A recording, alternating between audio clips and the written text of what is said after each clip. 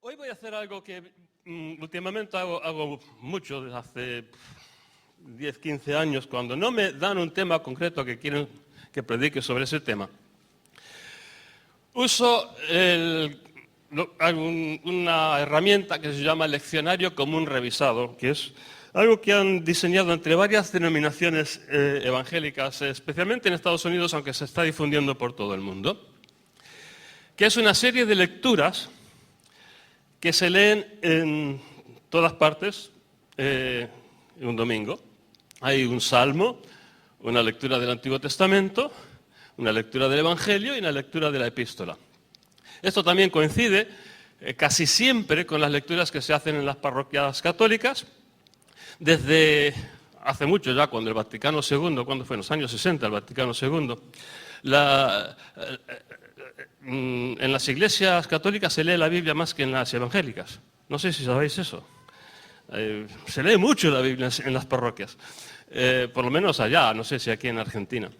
Entonces, utilizo estas 4 lecturas de diferentes partes de la Biblia y trato de organizar mis pensamientos según ellas me vayan diciendo.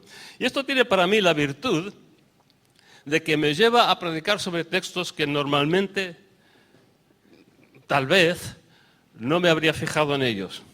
Y me obliga a predicar sobre pasajes que no son mis pasajes, que son el caballito de batalla, que siempre tiro de él, sino otras cosas nuevas y diferentes. Luego, como el Señor ha dispuesto darme la capacidad, la oportunidad de estudiar y formarme, y entiendo las lenguas bíblicas, el hebreo, el arameo, el griego, hago mis propias traducciones. Y voy a leer mis propias traducciones de estos 4 pasajes esta mañana. Pero quiero que entendáis que yo no pienso que mi traducción sea superior a ninguna otra. Alguien me preguntó, creo que ayer, una de mis sobrinas, ¿cuál es la mejor versión? Y es que todas son buenas. De hecho, todas son la mejor porque las diferentes versiones que tenemos en el castellano y el inglés, yo creo que son las 2 lenguas que tienen mayor número de traducciones porque somos tantos que hablamos estas lenguas. Los franceses, los alemanes nos envidian la cantidad de Biblias que tenemos en castellano, porque somos tantos en tantos países. Pero todas ellas son muy buenas, han sido preparadas por comisiones de hombres y mujeres que conocen bien las lenguas bíblicas. Entonces, cualquier Biblia, con tal de que ponga Santa Biblia o algo por el estilo, va a ser una Biblia buena. Pero a mí me gusta hacer las mías porque así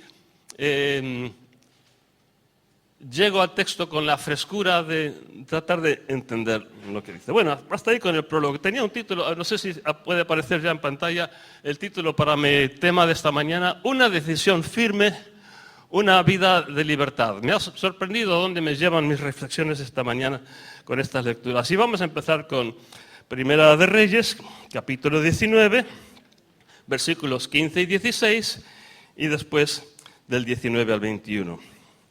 Y el Señor le dijo a Elías: anda, vuelve por el camino que cruza por el desierto en dirección a Damasco.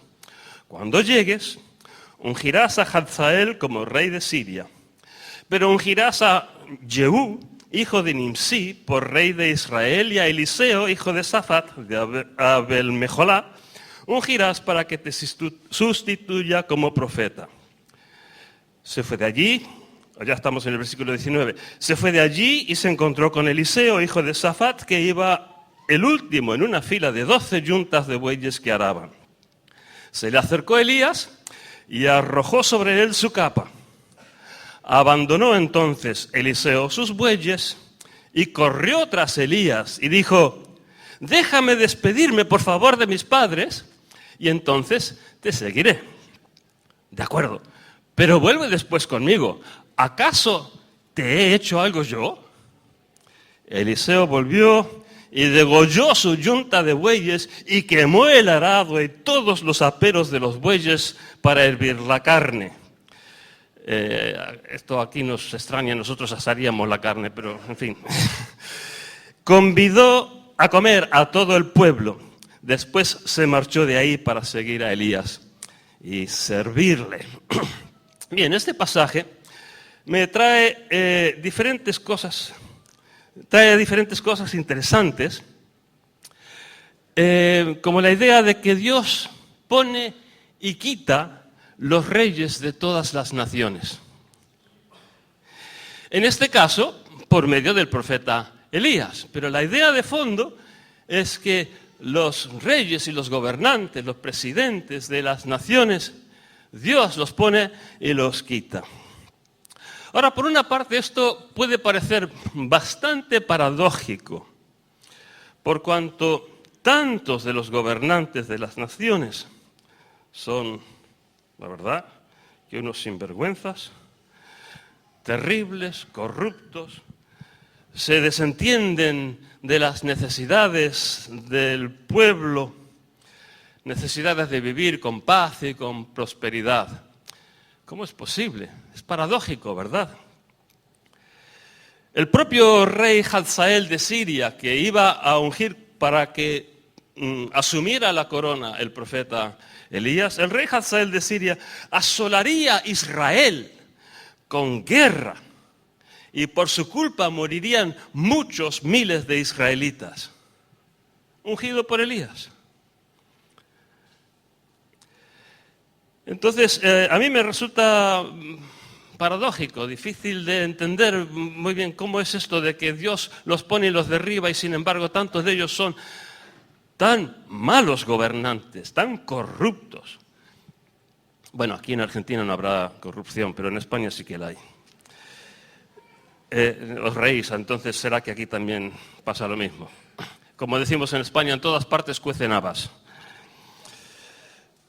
La contrapartida, sin embargo, de esta reflexión es que si Dios pone y quita los gobernantes de la tierra, entonces las oraciones de los justos tienen influencia y poder para provocar cambios de régimen que ojalá sean para bien.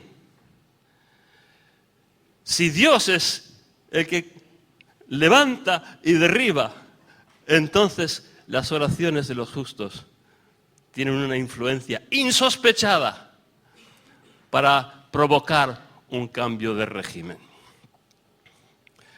Sí, dice Pablo en Romanos 13 que debemos someternos a las autoridades, pero eso no quita de que, por otra parte, podemos estar rogando a Dios que traiga otros gobernantes más justos y más benéficos para el pueblo. Sin embargo, no es eso lo principal que quiero dejaros con mi reflexión sobre este pequeño pasaje de Primera de Reyes, sino quiero fijarme con especial atención en cómo Eliseo responde al llamamiento como sucesor de Elías, quemando sus naves. Bueno, quemando sus naves no, porque estaba ahí arando, pero deshaciéndose de toda posibilidad de dar marcha atrás. Mata sus bueyes con los que él estaba trabajando, quema sus herramientas.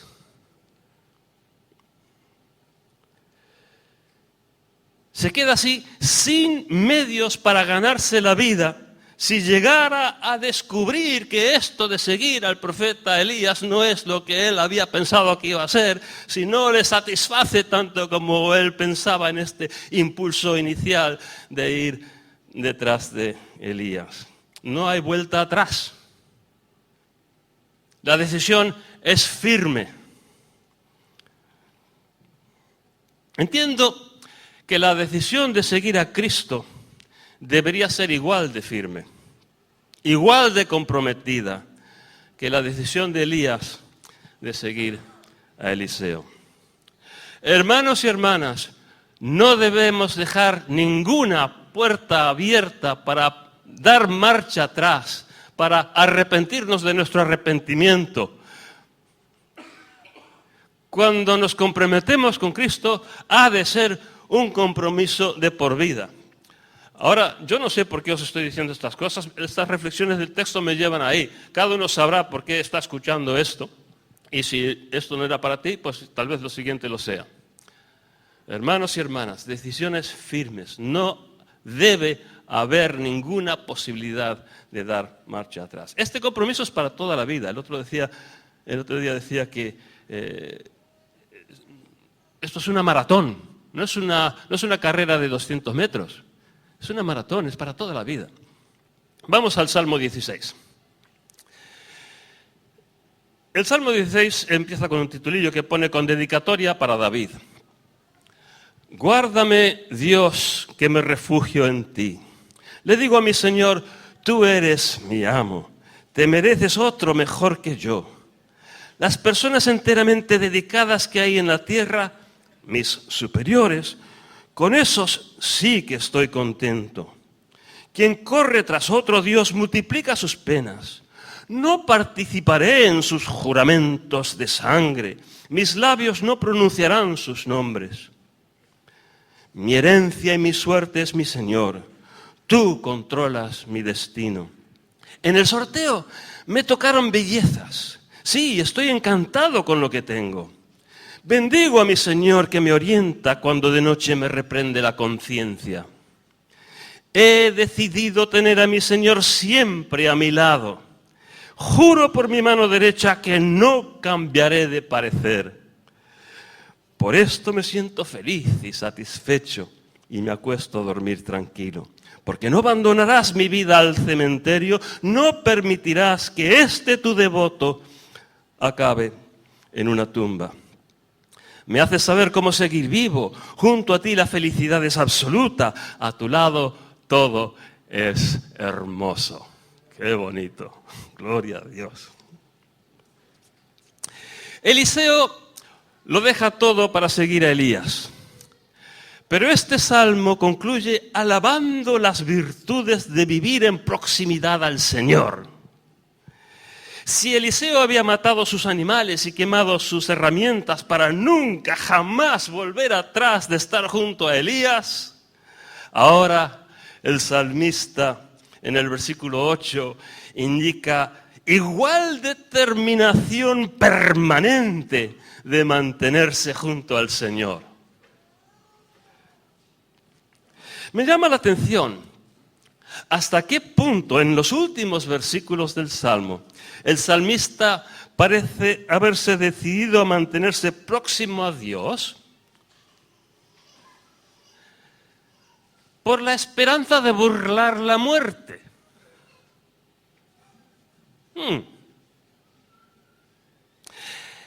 Entiendo que cada uno tiene sus motivaciones por las que ha emprendido este camino. Algunas de estas motivaciones son más justas o realistas que otras. Sinceramente, entre tú y yo, han pasado miles de años desde que este salmista, que se mantenía próximo al Señor esperando esquivar así la muerte, siguió el camino de todos los mortales y sus deudos lo dejaron enterrado en el cementerio.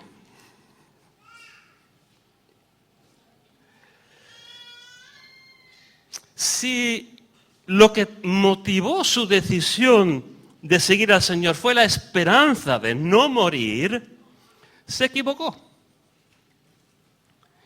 Y sin embargo, hermanos y hermanas, quiero dejaros con este pensamiento. Sin embargo, aunque la motivación que dio lugar a su decisión a mantenerse próximo al Señor no fuera realista, la propia decisión de seguir al Señor fue seguramente la mejor decisión de su vida. ¿Y cuántas veces nuestras motivaciones tal vez no sean ni las más justas, ni las más razonables, ni las más realistas, ni tampoco lo que pensamos que el Señor nos ha prometido de verdad, Dios lo ha prometido ni lo piensa cumplir? Y sin embargo, sea cual fuera la motivación por la que cada cual hemos decidido que nos interesa es vivir en proximidad al Señor, estar junto a Él, inseparables, dejarle vivir dentro de nuestro interior, sea cual sea lo que dio lugar a esa decisión, creo que todos los que hemos tomado esa decisión podemos decir, es la mejor decisión de mi vida. Aunque entendí mal, aunque mis motivaciones eran equivocadas, gloria a Dios que decidí seguir a Cristo.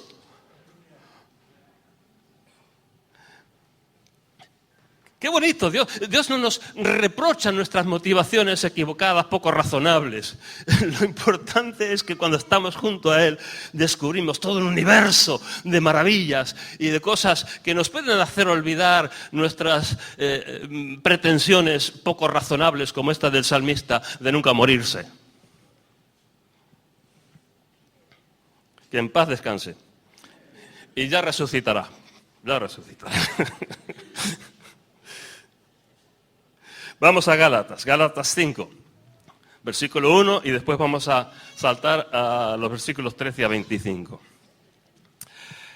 Manteneos firmes en la libertad a que Cristo nos liberó entonces, y no os dejéis atrapar otra vez por un cepo de esclavitud, porque habéis sido convocados a vivir en libertad.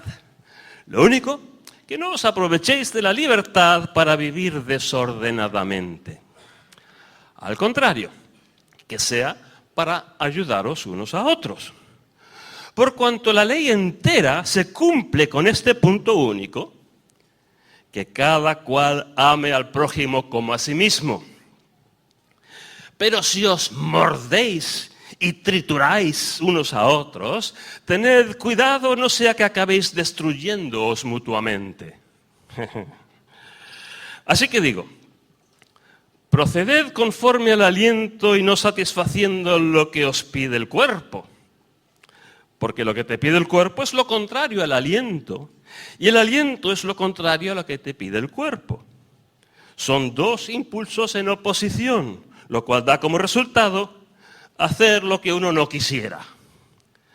Aunque si os dejáis guiar por el aliento, esa ley ya no rige. Y son evidentes los resultados de lo que te pide el cuerpo, a saber, inmoralidad sexual, inmundicia, degradación, religiosidad mal enfocada, superstición, enemistades, broncas, celos, estallidos de rabia, rivalidades, divisiones, faccionalismo, envidia, borracheras, orgías y cosas por el estilo. Os puedo vaticinar, como ya dije antes, que los que viven así no van a recibir la satisfacción de ser gobernados por Dios. Entre tanto, el resultado del aliento es amor, alegría, paz, vivir adversidades sin quejarse, perdonar ofensas, ser bondadosos, ser dignos de confianza, saber aguantar dificultades, no estallar de rabia pase lo que pase. Cuando se vive así, las reglas sobran. Pero los que pertenecen al Mesías Jesús han crucificado lo que te pide el cuerpo con sus arrebatos y sus ansias. Si vivimos por el aliento, entreguémonos de lleno al aliento. Qué palabras gloriosas en cualquier traducción. Y vosotros, como yo, me imagino que algunos de estos versículos los sabéis de memoria en Reina Valera. Nuestro texto de Gálatas arranca con la invitación a mantenernos firmes. Vamos siguiendo una misma línea, como vemos en esta progresión de diferentes textos. Arranca con esta invitación a mantenernos firmes. Es lo que tiene en común con Primera de Reyes y con el Salmo 16, donde veíamos que no hay vuelta atrás. La decisión de cambiar el rumbo de la vida es permanente para siempre. Lo interesante es que esa firmeza de determinación viene descrita aquí como firmeza para una vida en libertad. ¡Qué interesante! Lo describe como firmeza para una vida de libertad. Me recuerda una canción que hemos cantado esta misma mañana. Ya no me acuerdo, era un corito nuevo para mí, entonces no me acuerdo cómo iba, pero recuerdo que había mucho de libertad en ese corito. Libertad, sí. Nuestro seguimiento del Señor Jesús, nuestra proximidad con Dios como el salmista, es una vida de libertad. Y tenemos que mantenernos firmes en la libertad. No dejarnos atrapar por legalismos y por una mentalidad ahí cerrada que no te deja respirar. Dios nos creó libres para ser libres. Es el otro el que nos quiere cautivar.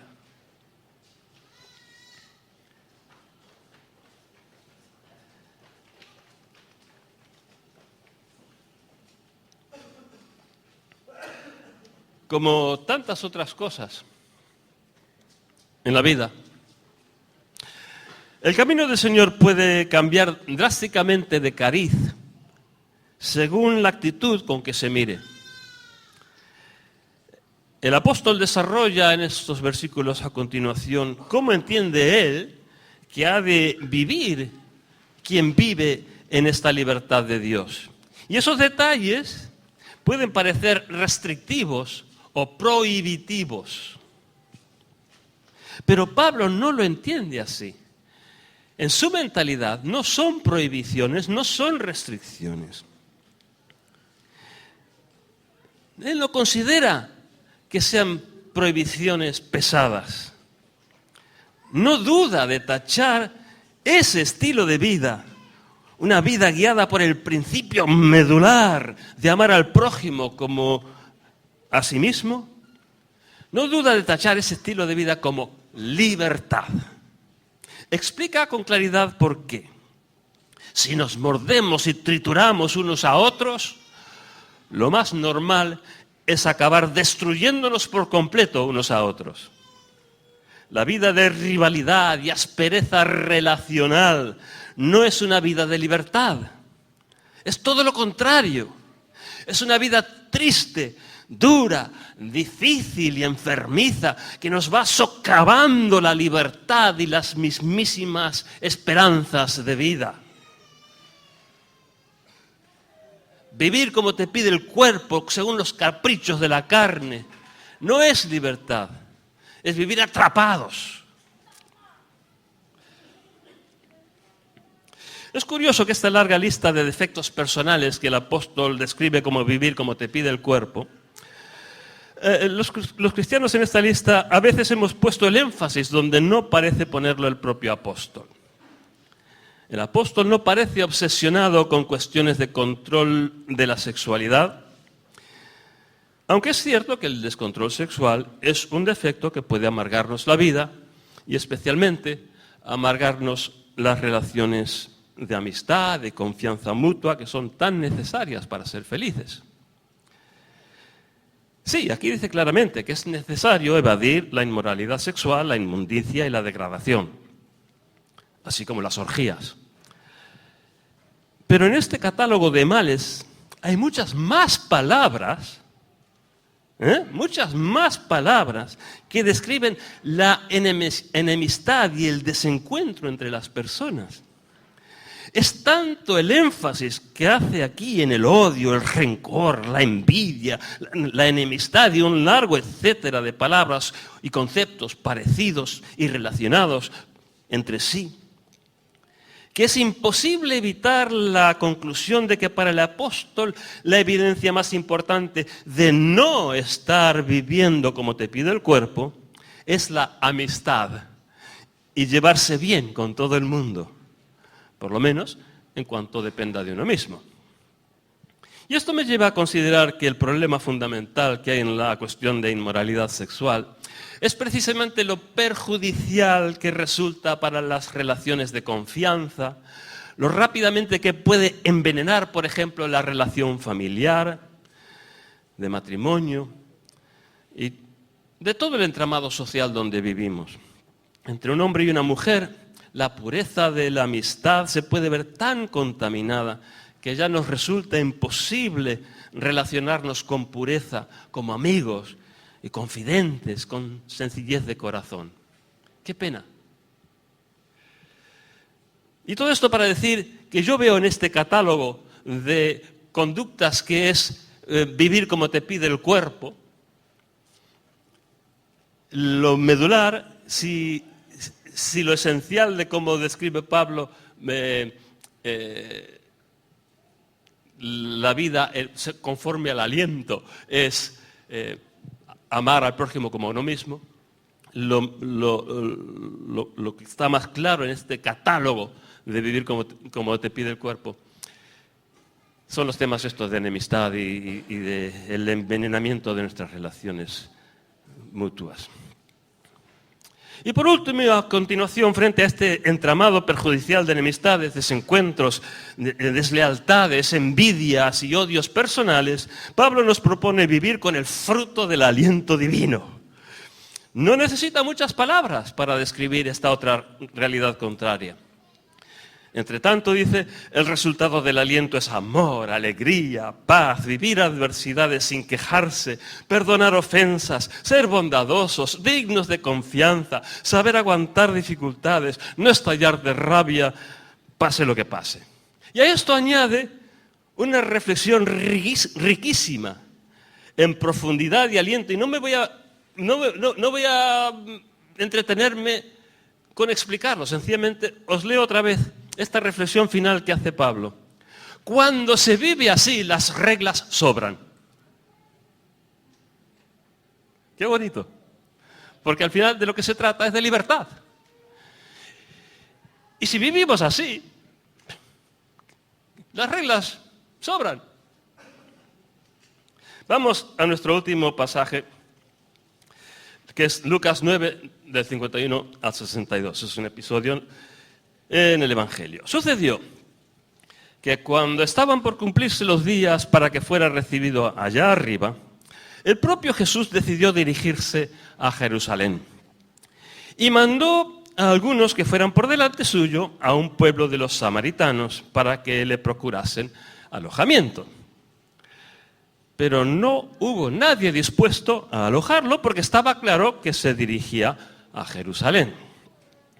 Cuando los discípulos Jacobo y Juan se dieron cuenta de esto, dijeron: «Jefe, ¿quieres que les amenacemos con fuego del cielo que los va a asar vivos?»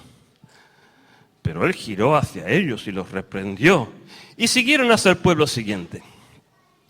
Mientras iban por el camino, alguien le dijo: «A mí no me importa dónde sea que vayas, estoy contigo».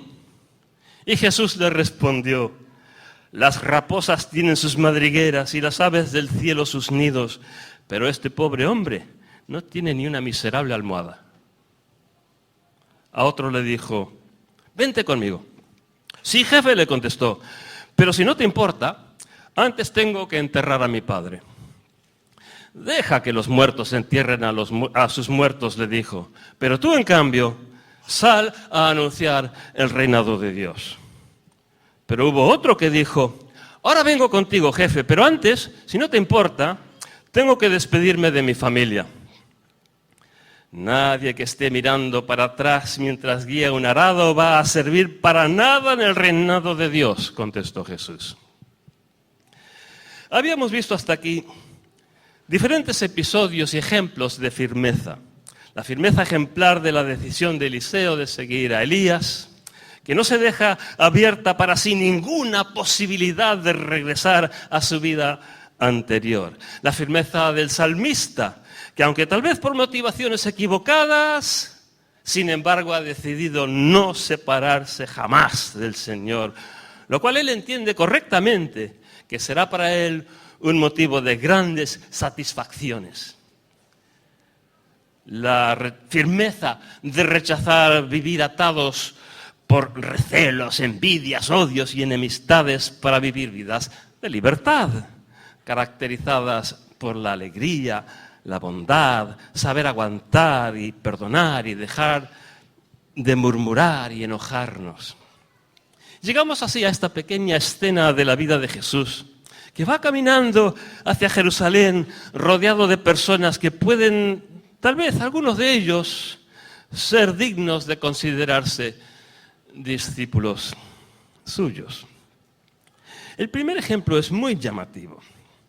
Por cierto, si estabais siguiendo con la vista Reina Valera, hay como un versículo así que yo no he dicho porque en los mejores manuscritos no vienen, pero es igual. Este primer ejemplo son personas que piensan que demuestran ser radicales para Cristo por su disposición a juzgar rápidamente al prójimo y maldecirlo, porque su respuesta ante la presencia de Jesús no es la que ellos juzgan correcta. Tú no has reaccionado correctamente ante la presencia de Jesús, pues yo te maldigo. Pues anda, a ver. En Juan 3, el evangelista escribe que Jesús no vino a condenar al mundo. En todo caso, el mundo se condena a sí mismo. Pero Jesús no condena. Y aquí tenemos la misma idea ilustrada con una anécdota personal de la vida de Jesús. A Jesús no le interesa juzgar ni condenar. Él ha venido para traer luz, alegría, fe, esperanza, amor, paz interior. Si alguien no quiere recibirlo, ellos se lo pierden. Y ya está.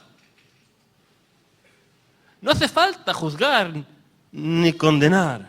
Se lo pierden. Allá ellos.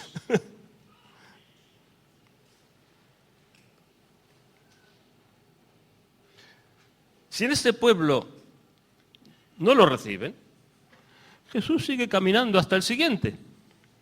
No se amarga, no murmura, no los considera enemigos, no guarda rencor, no pierde la paciencia ni la felicidad personal. Sencillamente sigue caminando. ¡Qué ejemplo más maravilloso de todo lo que habíamos visto hace unos minutos en Pablo, en la carta a los Gálatas! Ahí lo veíamos de una manera más teórica y ahora lo estamos viendo en el ejemplo de Jesús. Esta manera de vivir, de no amargarse, no murmurar, no quejarse, no pensar mal, no guardar rencor, sencillamente sigue caminando. Jesús es muchas cosas, pero también es nuestro ejemplo, un ejemplo a seguir. Esto de andar en sus pisadas, se trata de seguir su ejemplo, naturalmente. Jesús, un hombre que demuestra en la práctica lo que es vivir guiados por el aliento divino, no esclavizados por lo que te pide el cuerpo.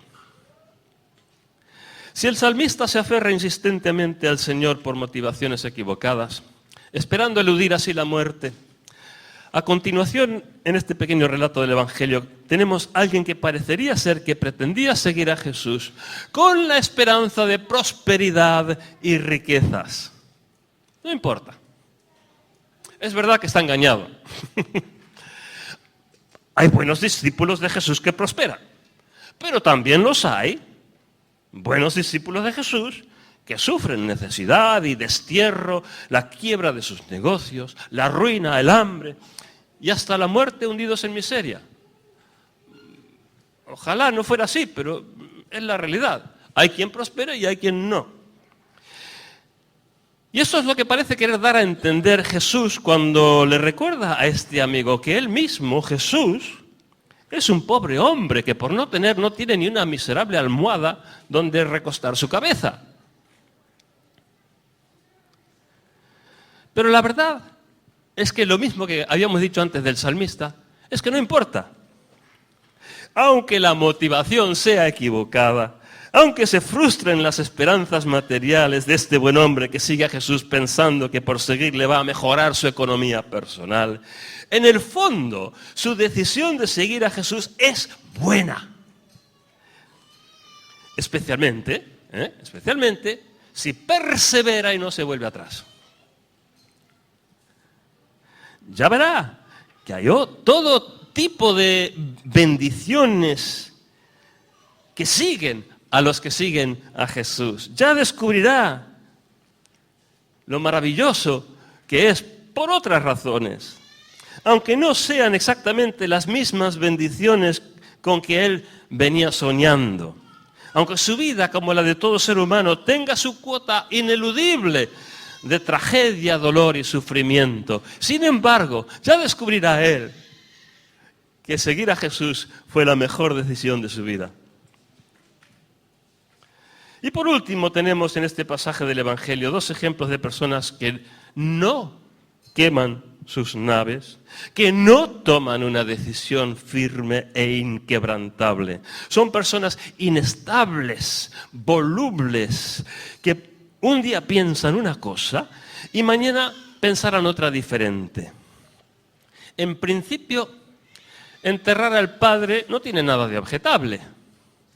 Por la reacción de Jesús, sin embargo, parecería ser que en este caso, ese deseo de cumplir con el deber filial de enterrar al Padre era sencillamente una excusa para postergar una decisión. ¿Quién sabe si tal vez su padre seguía vivo y con muy buena salud? Pero una decisión postergada para más adelante es todo lo contrario a una decisión firme. Cuando se muera el viejo ya veré. De momento, aquí vamos a esperar. Eso no es una decisión firme, es una decisión postergada, todo lo contrario. El otro caso es parecido. No es la misma excusa para postergar la decisión, pero en cualquier caso es lo contrario a una decisión firme. Jesús no es enemigo de la familia, ni de cumplir con nuestras responsabilidades. Despedirse de la familia no era nada malo, no es criticable. Al contrario, es importante hacer las cosas bien. Por amar a Jesús no se deja de amar a la familia. ¡Qué disparate! Jesús, si acaso, nos enseña a amar más y más y más a nuestra familia. Pero esta es una situación especial, una situación de emergencia. Jesús se dirige hacia Jerusalén sabiendo que ha llegado su hora de ser recibido allá en el cielo. Jesús tiene los días contados. Le quedan días, como mucho unas pocas semaas de vida, antes de morir torturado por el régimen de ocupación imperial romano. Por loable que sea la intención de despedirte de tu familia, el caso es que a Jesús no le queda tiempo. A ti puede ser que sí te quede tiempo, pero a Jesús no, porque la cruz no espera. El problema que tiene postergar la decisión es que uno nunca sabe qué otras cosas están sucediendo y van a suceder, cosas sobre las que tú no tienes ningún control. Tú piensas que hay tiempo, pero tú no sabes. Para ti tal vez sí, pero a la vez están pasando otras muchas cosas, como en la vida de Jesús, está pasando que Él se está dirigiendo a Jerusalén para ser recibido en el cielo. Tú esto no lo sabes.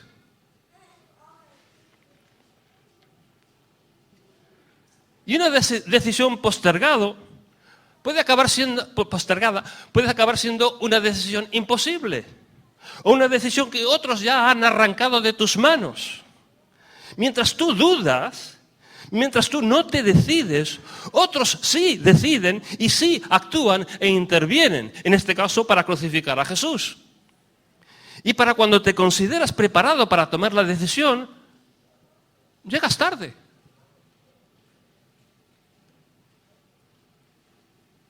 Yo no sé si hay alguien aquí que está postergando la decisión.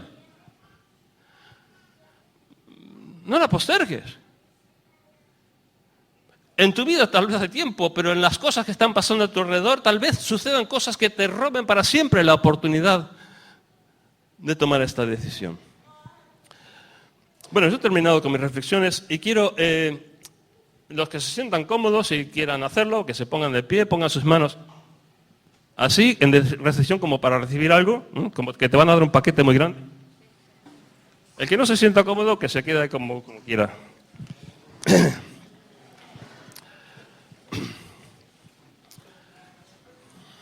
Aquí estamos, Señor, delante de ti. La mayoría, si no todos los que estamos aquí, ya hemos tomado esta decisión. Pero por algún motivo tú has querido hacer llegar a nuestros oídos estas reflexiones de esta mañana. Y un día más, Señor, queremos comprometernos a que estar contigo, permanecer junto a ti, vivir en tu presencia, es una decisión firme, que no hay vuelta atrás. Ojalá pudiéramos materialmente matar unos bueyes y quemar unas herramientas para simbolizar, pero no hace falta. Tú ves nuestros corazones y te queremos decir un día más, te seguimos con firmeza para siempre, pase lo que pase en esta vida y en la eternidad. Somos tuyos por decisión firme, inamovible. No pensamos variar, Señor. Tuyos somos. Te amamos porque tú nos has amado y ya está. Ya está, no hay vuelta atrás. Y gracias, Señor, porque esta vida a la que nos has llamado es una vida de libertad, donde las reglas sobran, porque por tu Espíritu nos llenas de amor, alegría, paciencia, benignidad, bondad, mansedumbre, templanza, dominio propio, todo tipo de virtud espiritual que hace que las reglas sobran. Vivimos en libertad para expresar con naturalidad y libertad este amor y esta gracia y esta paz y esta alegría interior y la benignidad y la bondad. Incluso para ejercer dominio propio. Oh Señor Dios, porque nos fluye de dentro, porque tu Espíritu nos inunda y hace que estos reboses manen naturalmente como un manantial de nosotros. Nadie nos tiene que obligar, nadie nos tiene que controlar, ni siquiera nosotros tenemos que controlarnos a nosotros mismos, porque vivimos en libertad, porque nos has hecho libre. Gracias, Señor, gracias, mil veces gracias.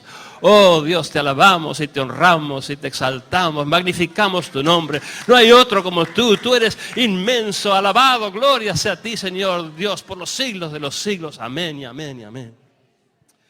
Gloria a Dios.